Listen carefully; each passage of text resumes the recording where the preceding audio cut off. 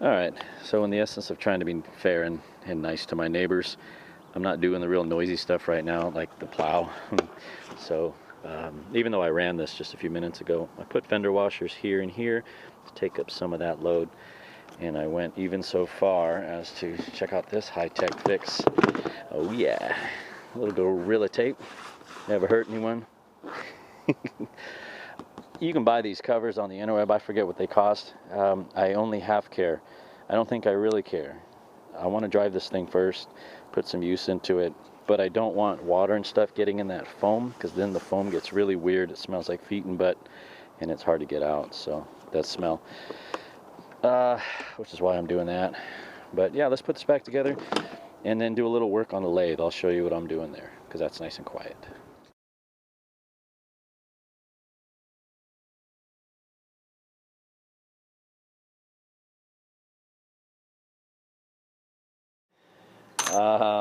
Here we are. Here's the cable. It's been soaking for a few days. We got it.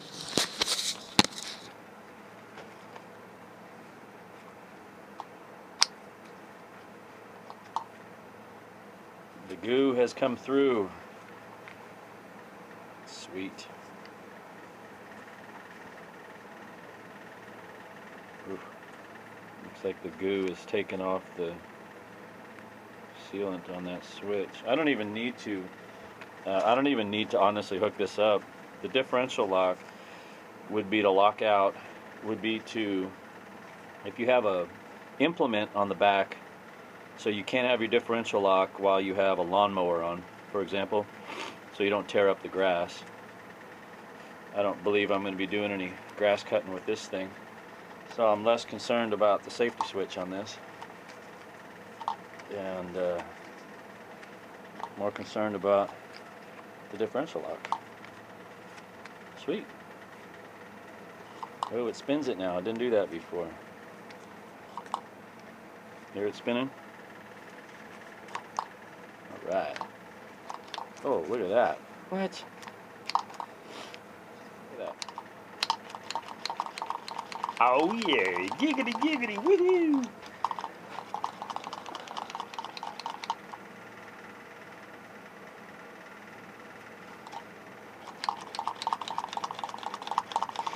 Alright, I'm going to keep working this until all the, now the camera's, I don't want to touch the camera, but I'll bring you guys back when we're back out front. That's really nice.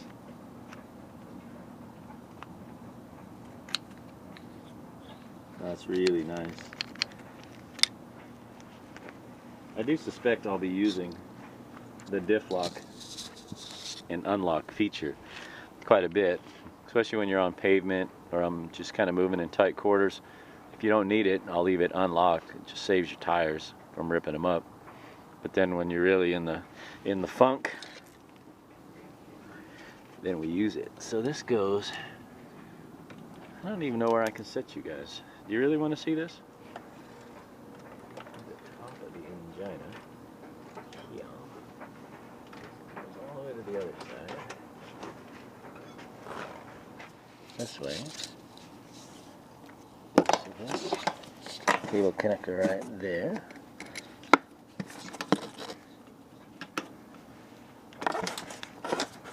We got that diff cable. Run around, it's gotta go here. Sure, there's somebody out there that's already thinking to themselves, why doesn't he detail that? Why doesn't he get his steam cleaner and clean all that up? No. I don't wanna. Run it through the first few puddles I run it through will clean it. And that will be adequate. Okay, I really need 2 hands for this. I'll bring you back when all this linkage is hooked up. Okay, so the cable is hooked. I need to fix that. I'm gonna fix that today.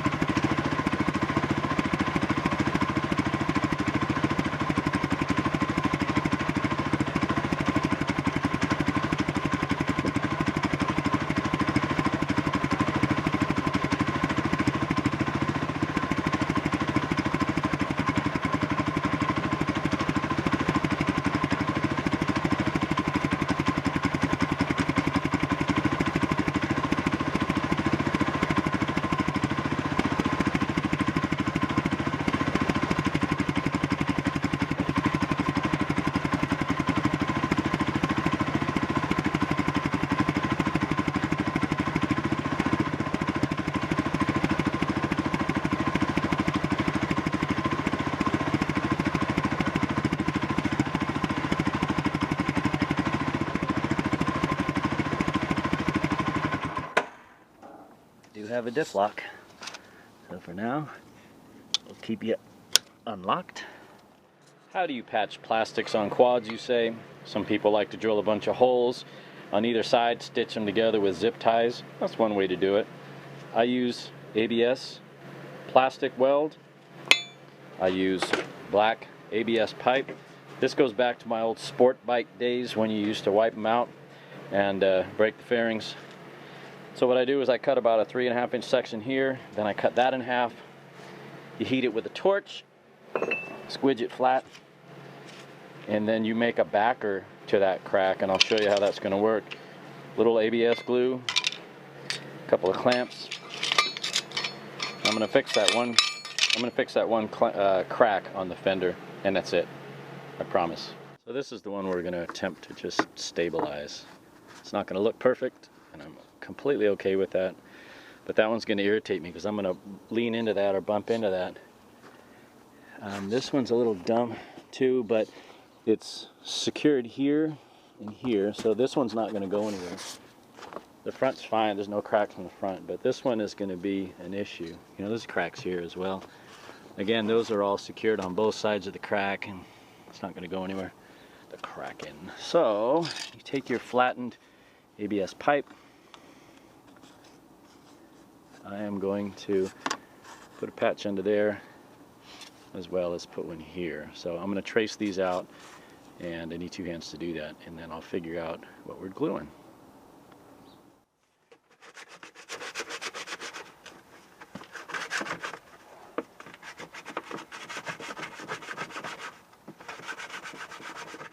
Morning. Neighbors all stare at me like I'm a weirdo. I don't know why.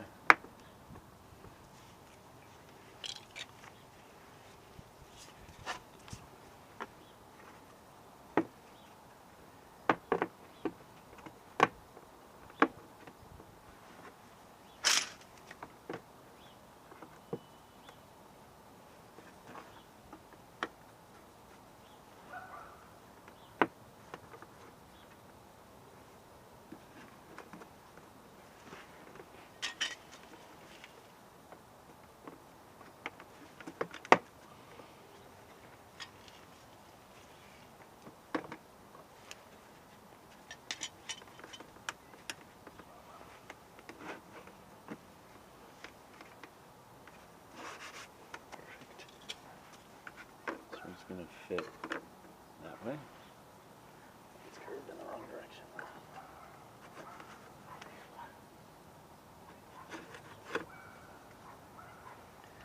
And I think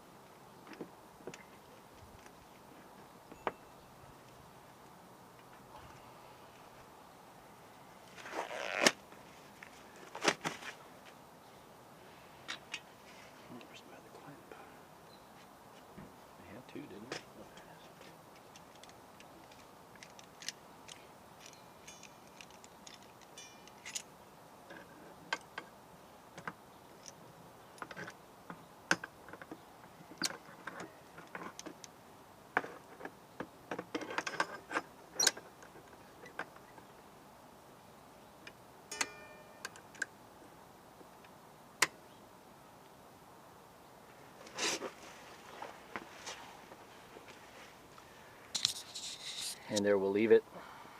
I don't even know what the kick time is on this. Well, it doesn't matter. I'm just going to leave it be while I work on the rest of this. I got enough in there that it squeezed out the cracks, which makes me happy. And then I'll just come in with a razor and I'll scrape the extra glue once that thing fully kicks. So what I'm going to do here is I've got a piece of stainless steel all thread 1/2 inch, and the way we do trailers up there, I don't know if you remember, I don't know if you remember, I remember because I did it, but about 10 years ago I made some trailers 4x4 with 24-inch sides, and I'm pretty sure I've got videos, I'm certain I've got videos of that, but they're pins, they're not like traditional trailer hitch. So I considered putting a regular ball on this guy here, but there's not a lot that I have for those to tow around other than the sawmill, and the sawmill is going to be really heavy.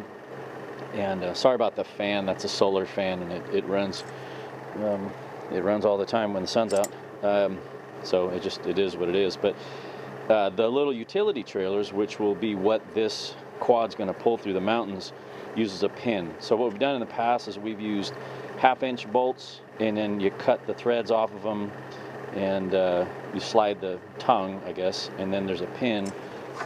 This one's a little bent up, but I'll straighten it. And then you just slide a pin across the top here, and it keeps the trailer from bouncing out. And so that's what I'm going to do here, a little work on the lathe.